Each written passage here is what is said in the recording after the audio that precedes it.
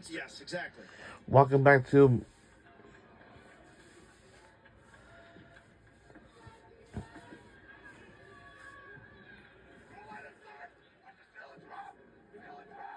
Ford will initiate up top. Now Schultz, the freshman. Working on the short stick. Nice Did he defense. step in the crease? No. Lost the ball. Out of bounds. Georgetown ball. That was a nice cross-check hold. Ran his end. You mentioned Portland, Oregon, that Oregon pipeline. The Oregon Trail.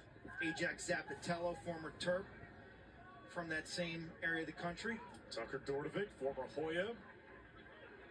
Handley with Colin Squires, I think, is from that area as well. And Alex Slusher, Ross Scott. Bunch of pros. I'd love the Premier Lacrosse League to go to Portland, Oregon. It's one of my favorite parts of the country. It started with the great Peter Baum, Tewaaraton Award winner at Colgate back in 2012. Tell you what, if Georgetown is able to score a goal here with that timeout by Kevin Warren, he looks like a genius. Maryland's gone scoreless in more than 16 minutes. Ray spins it. Carroll rolls back, shoots high. Warriors have the backup. 49 in blue is an explosive player. A freshman, Kevin Miller. He can run. They haven't used him as much as you'd think. Ray off the giddy-up. Stamos falls down. Ray's shot was offline, and McNaney snared it. That wasn't going to hit the cage anyway. I like Miller. I like seeing Aiden Carroll used off ball and him setting some picks and putting Will Schaller in some decision-making areas. I think notable is that Peter Lake has come off the bench for Maryland and done a great job covering Fulton Bayman. Yeah, Lake, freshman, all Big Ten freshman team. Number 3 defenseman in his class, according to Inside Lacrosse's rankings. No chance here. Terps will wait for the best shot. Be the best. 4, saved by Moore, using the body. And now Georgetown gallops across midfield. Here comes Banks. Does he pull? Tough pass. Leads to a turnover. They were trying to go long stick to long stick. Whittier quickly up ahead. Maryland's got a trailer. Kelly, one more to the wing. Shot. Too high. Erksa now. Former Big Ten Freshman of the Year. Erksa's had at least 2 points in every game this season. Vipers back to X, playing hangman. Moore out of the cage. Erksa can't get topside. Fakes the pass. Trying to roll back inside. Foley in his grill. Whoa! Scores! And a flag, too. Put him in a headlock. Held him tight, but Erksa would have none of it. He finishes this with a twister to the near post. Defender's too high. You got to be down on the hips. He's too high right there. He's around his neck. Penalty drawn. Erksa finishes it. Just a miracle finish. This angle will show you how skillful this is. It's a twister to the near post. Really tough for the goalie to track that because the distance between shooter and goaltender is so tight, and it comes out of there awkward. That's an and one. Erksa today, 2 goals and an assist. And in this game right now, a 2-goal advantage feels massive. Last year, towards the end of the season, Erksa was banged up. He asked John Tillman to be moved to midfield. Made all the difference. Simultaneously, Eric Spanos got hurt in a warm-ups before a playoff game, had a torn hamstring. They moved him inside, and teams were polling both of those guys, and at the time they were being used as decoys. This is all the way up to last year's national championship game. Right. The stuff you find out after the fact. Here's Krogan, first-round hat trick. A lot of congestion inside. Georgetown going to the invert. Carroll. Bayman off the fake, on the run. There is McNaney. The brick wall from the glass town.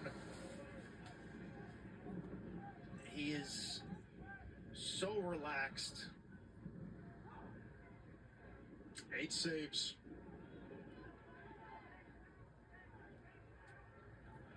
A veteran now of 14 postseason games. When he has played a full season, Quinn, Maryland has played on Memorial Day. Words he used to describe his game: calm, confident, patient, limited movement, and positive body language always. A lot of run for this midfield unit. Keegan, Ford, and Whittier. Ford, bouncer, Moore turns it away. Rebound save. Big ground ball picked up by Georgetown. Anderson Moore standing tall. That was A.J. Larkin, who's continued to play. They're kind of in their Cinco package. And keeping Larkin on the field, 26 in white. That's a huge save to keep this game within reach.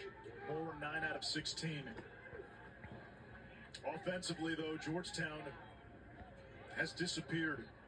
They've missed 11 of its last 12 shots.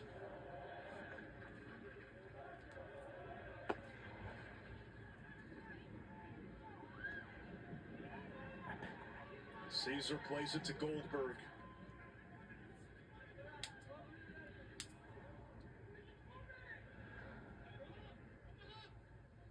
Carroll now, he's got 2 goals. Schaller on him. Dudemain's got 2. Trying to feed inside. Doesn't count. It does. Wow.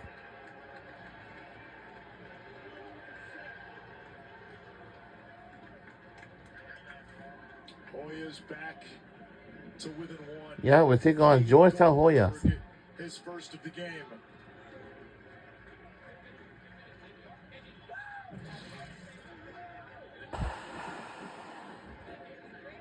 Invert. Carroll jams this ball across the top, and you think Dudemain's going to let it rip. And somehow finds Goldberg, who's pretty well covered. Dudemain's had a career game today. This is a guy who was out most of the season with a hamstring injury, had 4 goals in the Big East semifinal game, and he's got multiple points today. 2 goals, 2 assists. Georgetown within 1. Here comes Maryland. 51 in white, McDonald, PLL draft pick.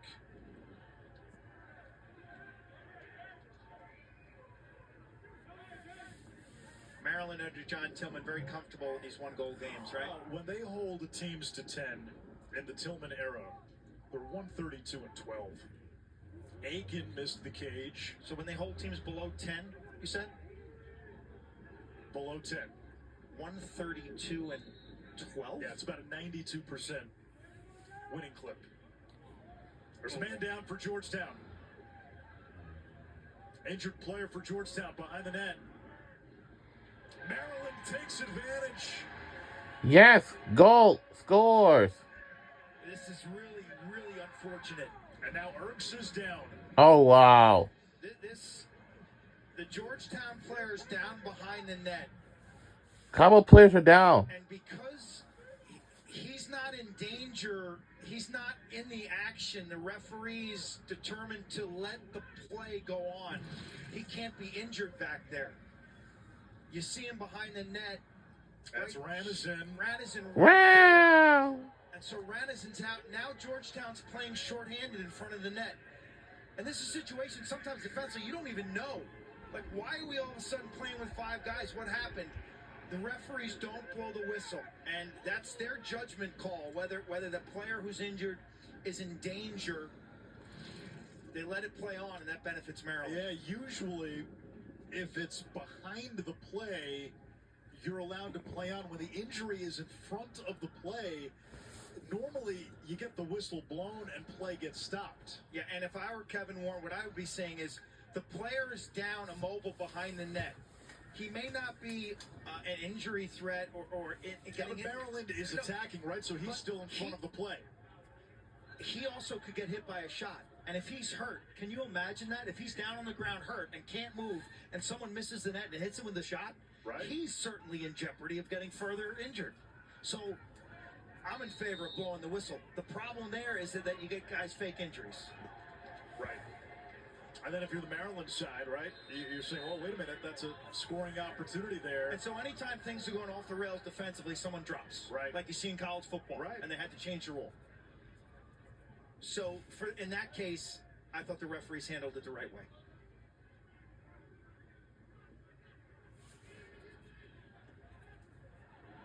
Errant pass. Maryland has it. George Stamos. Spanos. Oh, that Wow. was a look. Jordy Holmes had the backup. He'll run off now. And Kelly jogs toward the end line. 7:19 to go. Stamos, no timeout from John Tillman. I thought he was going to call it. Remember, wasn't it Stamos who scored the game winner against Syracuse in the Dome last year? Last year? Yeah. Off a crazy scramble play. Off a broken clear, yeah. No relation to John, the actor.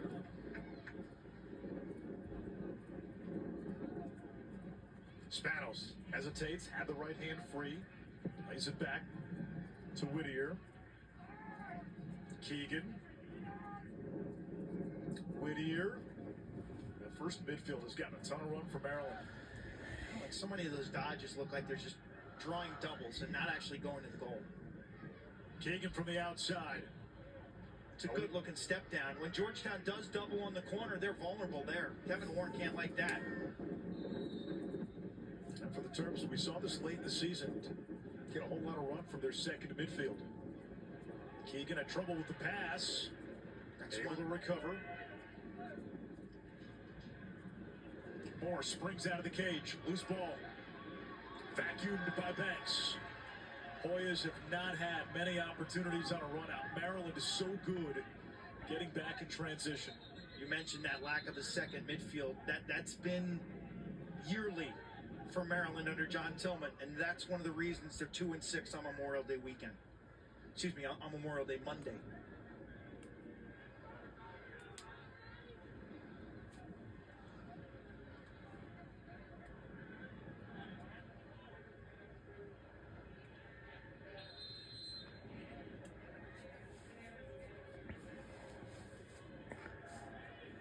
Matty Palem, did you see that? Went off the field.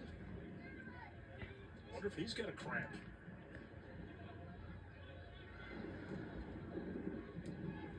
Caesar. That'll reset the shot clock. 5:52 to go. 8-6 game.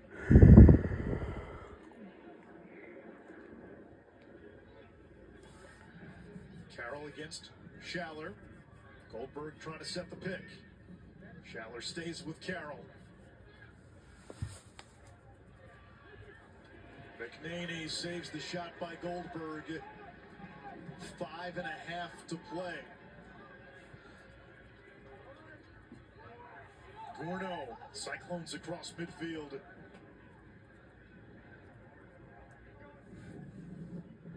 Dana? Well, one of our favorite officials, Matty Paley, pulled a hamstring in the first half, and so he's sitting down resting his right hamstring. I told him it's got a long summer with the PLO. We gotta get you in tip-top shape. Can't have Matty Palem on the IL. He took himself out of the game though, so he's gonna sit for the remainder. I'm sure he may not hear the end of that. I get a kick out of the PLL social media team taking pictures of guys like arriving at games, and then Matty gets there and no one pays attention. He's a bigger star than most of the players. He is worth the price of admission. He really is. He's more recognizable. He's more of a part of the show. Like there's a lot of players who some fans don't know. Everybody knows Matt Palem. Front and center. Here's Whittier. He got a shot on the head by Hawes. That's a turnover. 4:25 to go. Still, you're there. You're within reach. Okay, but you're asking now Georgetown to score 2 goals here in the last 4.5 minutes. They have 2 goals this entire second half. Here we go. There's not going to be a lot of possessions the Here way we this go. game is going. Anderson Moore finally gives it up. So now he's got to get back. Georgetown has to sub. And they only have 1 timeout, so they're not going to burn a timeout. Under 4 minutes. Who can win a matchup for Georgetown? Krogan's got a shorty. I like that matchup. 24 in blue. Bayman. Carroll has been the star of the last 2 games and all season. Feeding inside, McNaney foils. And now Logan McNaney sprinting out of the cage. He scored goals in his career, had one in 2022 against Ohio State, but now it's back toward his own net. Maryland won't risk it. They'll play the clock with a 2-goal They lead. can taste it now. Fans on their feet, understanding the importance of stops. 4th quarter stops. This has been such a vintage postseason coaching job and game plan by John Tillman, hasn't it? It's Play to your strengths, don't make mistakes. This is the stencil. There's Kim McNaney, Logan's mom.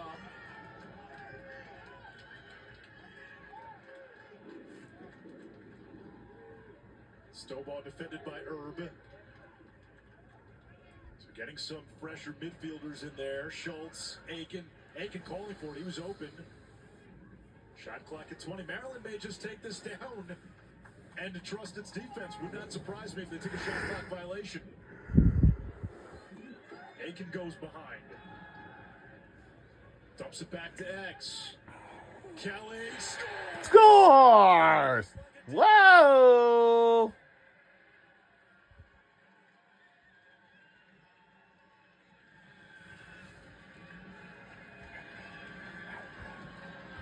It's a tall order for Georgetown now.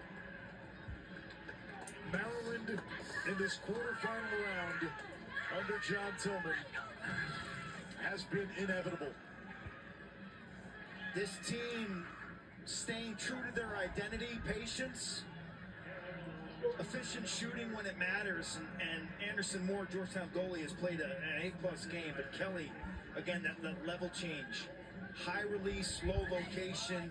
Kim McNaney loves it.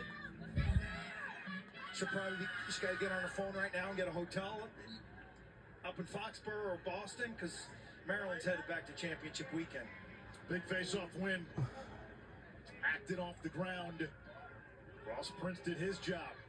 Georgetown now feeling the urgency, getting sloppy. Turnover. The Terps will squeeze this. They're going to run this clock down. Georgetown's going to have to take some chances now defensively. Terps almost lost it. Gordo gets it to Stamos. Moore still in the cage. What I used to do? Syracuse awaiting the winner. That experience. Moore still in the cage. Now they turn it over. Georgetown the other way. There's Carroll. Into the box. Carroll fires. McNaney gets there. And Maryland, if they hold on to the ball, they can almost run this clock out. Georgetown. Here we go. Under 2 minutes to go in the 4th quarter. This is down to this. Whoever wins this game heads on to the semifinals. Chased by Burles. Carroll shoots. Missed. The back up to the Terps. 1:12 to go. Can we hang it on or what? 72 seconds. John Tillman's halfway on the field. He wants a timeout. He wants a timeout. He's in front of the Georgetown bench.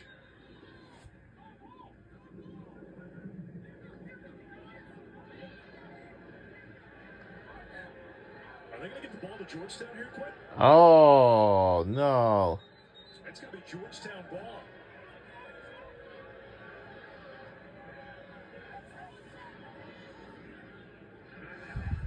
Now we have a timeout. Now that looked to be a shot by Georgetown with Maryland having the backup. We'll get another look here in a second.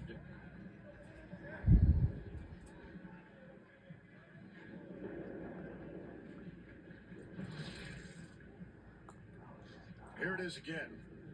Carroll That's not it. So McNaney's got it. That was the save.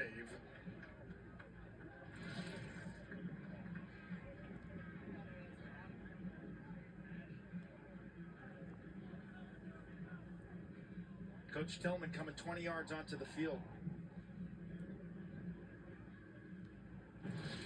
John, a former goalie who moved to the LSN position in college. Here it is again. So Carroll's shot. So that's a shot. And now it's closest to the ball. Where and when it goes out. Is that not Maryland? Is that not Bryce Ford? They I point thought the it was other way. 24. Unless they're going to say Fulton Bayman? No, you see that official right there is making the call that it's coming upfield, that it's Maryland ball. Unless he got overruled by the other official. Right. Who's off screen to the left. Now, the initial signal is Maryland Or is he ball. pointing to Bayman to say it's Georgetown ball? I think that's what had everybody confused, including John Tillman. So, a lifeline for Georgetown, but they need 3 goals in a minute 12. Yeah, you're running a set piece right here. You're running a short time play. Their offense coordinator, John Hogan. You got 2 or 3 of these in your back pocket each week. Here we go. With the sun baking, Navy Marine Corps Stadium. Krogan. Terps defense has been so good. That pass. We're under a minute to go. This is it. Loose ball push on the Hoyas. The winner of this game will eventually be on to the semifinals Anderson Moore out of the cage. to head on to semifinals in Foxborough, Massachusetts. It's a shot. Maryland with the backup, courtesy Bryce Ford. Now it's about keep away, and John Tillman still has that one time out if he needs it. 40 seconds. Syracuse awaiting the winner. Death taxes and Maryland in the quarters, Quint, I tell you.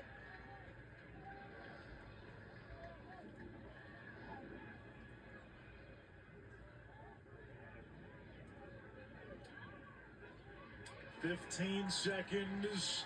Whittier has it.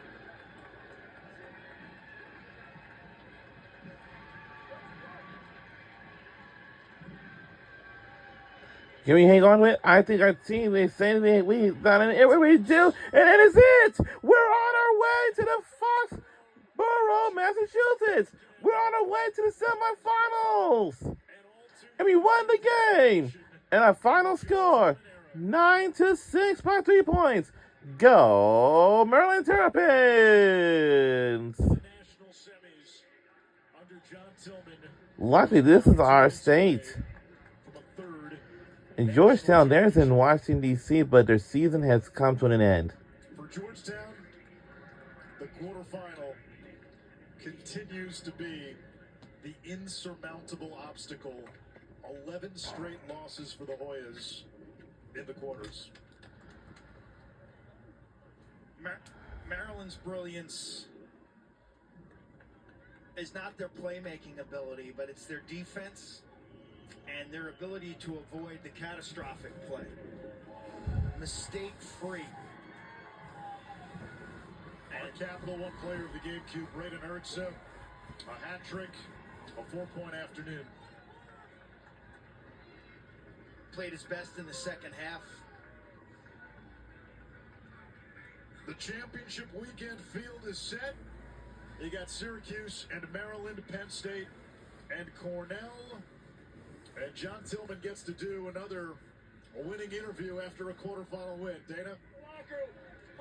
He's directing traffic right now. He never stops coaching.